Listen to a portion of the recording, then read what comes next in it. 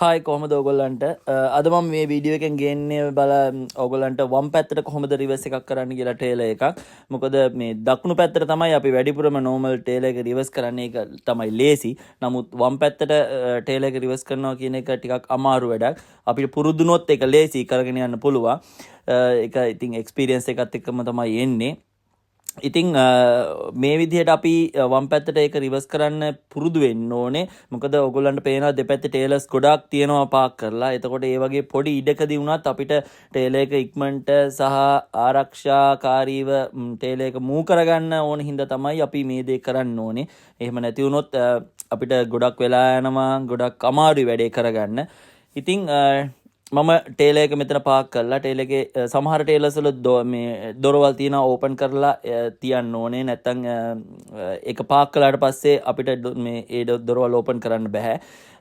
සමහර ටේලර්ස් වල ඩෝස් දොරවල් තියෙනවා අරින්න පුළුවන්. ඒ කියන්නේ ටේලර් එක පාක් කළත් මේ දොර අරින්න පුළුවන්. ඒ හින්දා ඒ ප්‍රශ්නයක් නෑ. නමුත් මේ වගේ ටේලර්ස් වල අපි දොරවල් පාක් කරන්න ඕනේ.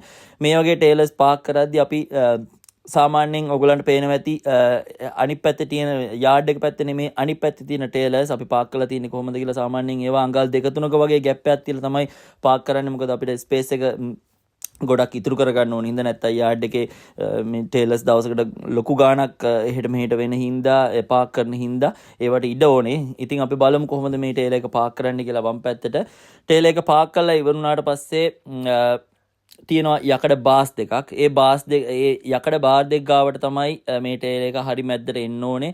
එතකොට ටයර් එකයි ඒ බා එකයි අතර සාමාන්‍ය අඟල් දෙක තුන හතරක වගේ පරතරයක් වගේ තමයි ඉතුරු වෙන්නේ පාක් කරලා ඉවරනානේ. එහෙම නැති වුණොත් ඒ ඇන්ගල් ටේලර් එකත් එක්ක තියෙන ඇන්ගල් එක වෙනස් වුණොත් ඒගොල්ලන්ට බඩු අන්ලෝඩ් කරගන්න බෑ. එතකොට ආයෙ අපිට රීපොසිෂන් කරන්න වෙනවා. ඒ වගේ දේවල් වෙනවා අපි හරියට පාක් කරේ නැත්තා. ඉතින් මේ අපි බලමු කොහොමද වම් පැත්තට ටේලර් එක පාක් කරන්න කියලා හරි විදියට. ඔයගොල්ලන්ට මේ වීඩියෝ එකෙන් බලා ගන්න පුළුවන් වෙයි. සහ මං ඉස්සරහා තියෙන වීඩියෝස් වලින් ඔයගොල්ලන්ට පෙන්නන්නම් කොහොමද ටේලර් එක මේ බා දෙකක් මැද්දට ගන්නෙ සහ කොහොමද අන්ලෝඩ් එක කරන්නේ. ඒ ප්‍රොසීඩියර් එක කොහොමද වෙන්නේ කියලා මං ඔයගොල්ලන්ට පෙන්නන්නම්.